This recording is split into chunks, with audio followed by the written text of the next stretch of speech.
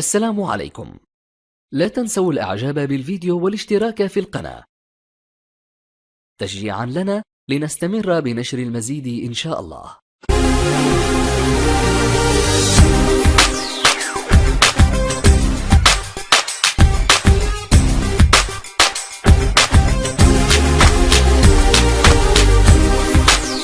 النقاش الأول سيتمحور حول أطفال في مقتبل العمر يكونون علاقات عاطفية عبر الفيسبوك ويتباهون بها أمام أصدقائهم. ما مدى خطورة هذه الظاهرة على المجتمع الجزائري؟ هذه الظاهرة الدخيلة في مجتمعنا الجزائري خاصة مع التطور التكنولوجي الحاصل. نحن نعلم أن تربية الأبناء بلال هي تربية جسام ومسؤولية جسام يتحملها الأولياء. نعم. يعني هذا الطفل يجد نفسه أمام كل تغير تكنولوجي، يجد نفسه أمام انترنت، مواقع تواصل اجتماعي، دردشة مع المجهول. إذا هنا نتكلم على الدور الأساسي للأولياء. نقول أنه أغلب هؤلاء المراهقين اللي راهم يكونوا علاقات عاطفية عبر مواقع التواصل الاجتماعي تتحول إلى علاقات حقيقية في الواقع. هي تبدأ بالعالم الافتراضي ثم يلتقي هؤلاء المراهقين والمراهقات ويكونوا علاقات عاطفية خارجة عن المنظومة الاجتماعية وعن القيم الموجودة في سلم القيم.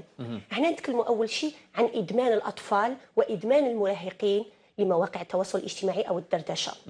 احنا نشوفوا أنه هذا الطفل المراهق الذي يدمن على التواصل مع المجهول مع كل الفئات، الدخول إلى مواقع لا تتناسب مع عمره بلال. هنا نقول لماذا؟ نطرح سؤال. السؤال الأول هنا غياب دور الرقابة الأسرية. كذلك هذا المراهق يبحث عن الحنان، يبحث عن كل ما يفتقده في الأسرة من خلال الدردشة مع مجهولين، وبالتالي هنا يكتسب مفاهيم خاطئة وبعيدة عن القيم. نشوف شاب أو شابة مراهقة يقول لك أنا أفتقد إلى التواصل داخل الأسرة.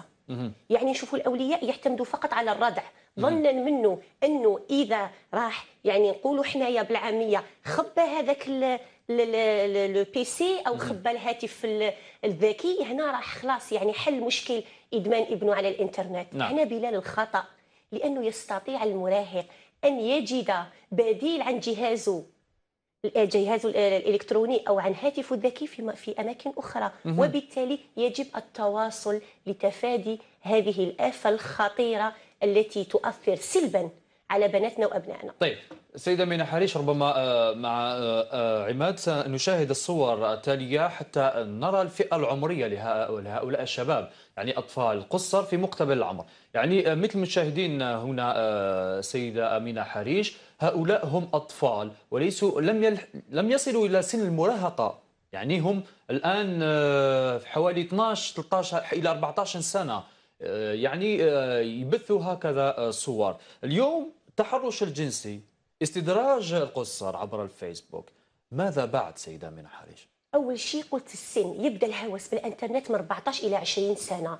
احنا نتكلم على هذه الفترة الصعبة التي يعيش فيها هذا الطفل المراهق الذي هو شاب مستقبلا أو شابة يعيش في الخيال. أول شيء يريد أن يثبت ذاته، قوته، تغيره الفيزيولوجي. يروح أين يبحث؟ يبحث في مواقع التواصل الاجتماعي، يبحث عن الثقافة الجنسية التي تفتقر داخل الأسر.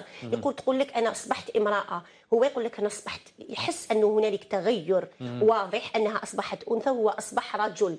هنا وبالتالي يبحث في مواقع، وهذا البحث راح يعود سلبا عليه. هنا نقول الأولياء تواصل داخل الأسرة، تواصل ثم التواصل. مش عيب اني نشرح الابن تاعي والبنت التغير الفيزيولوجي، مش عيب اني بالعكس نبين الفتاه اللي تكون هي اصبحت شابه جميله، نبين لها انه يجب ان تحافظ على نفسها، يجب ان لا تنشئ علاقات مع المجهول مع الشباب. تلحق سن معينه ستتزوج، ستكون علاقه جنسيه شرعيه. حين نشوفوا عندما نشوف طفل 14 سنه رايح يهرب، يقول لك انا اصبحت رجل، يهرب الى مواقع اباحيه. مش ننتظروا بلال، ننتظر مثل هذا وأكثر. نشوفوا أنه يتباهى بصديقاته، حب يقول للمجتمع أنا راجل، هي حبت تقول أنا امرأة. هنا الخطأ. نخلوا أبنائنا يعيشوا المراحل. كيفاش نخلي أبنائنا يعيشوا مراحل العمر تاعهم في وقتهم؟ إذا كان الأب والأم يتواصل، يخلق فضاء. هذا الطفل ما يصيبش نفسه فقط أنه ما كانش لا تواصل في الأسرة، الجو الأسري دايما فيه تعق. هنا نتكلموا على العلاقة الأسرية بين الزوجين. عندما تكون بلال صراعات، أكيد راح ينتج من هذه الآفات، صراعات بين الأسرة. طيب، يعني بين الأب والأم. هنا نطرح تساؤل سيدة أمينة حريش، المنظومة الأخلاقية في الجزائر إلى أين؟ احنا نتكلموا يجب انه يكون تنسيق بين مخ المدرسه التي هي ثاني مؤسسات التنشئه الاجتماعيه، يجب ان تقوم بدورها التربوي. كفانا فقط من الدور التعليمي. نعم. نحتاج الى جيل متشبع بالثقافه الدينيه، نحتاج الى جيل لا يرفض ما موجود في منظومه القيم، يقول لك انتم قدم خلاص هذا الوقت. اكيد انه يجب ان نسير ابنائنا في التغير التكنولوجي، يجب ان نسيرهم في التطور، لكن هذا الشيء لا يتنافى مع المبادئ. احنا نقول الاسره، نقول كذلك المدرسه، وسائل الاعلام.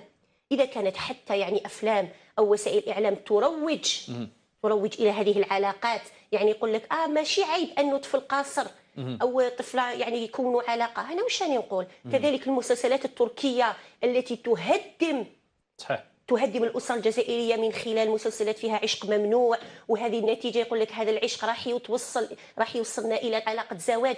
نشوفوا أن هذا كله رايح يخلينا ننشأ جيل بعيد عن الأخلاق، وهذا يهدد المجتمع الجزائري. لأن نقولها ونعاودها دائما في تدخلاتي أن طفل اليوم أو طفلة اليوم هم شاب أو شابة الغد الذي هو يساهم في بناء هذا المجتمع. طيب، هنا نطرح تساؤل، في أطفال في مقتبل العمر، نحن على دراية بأنه السن محدد بين 12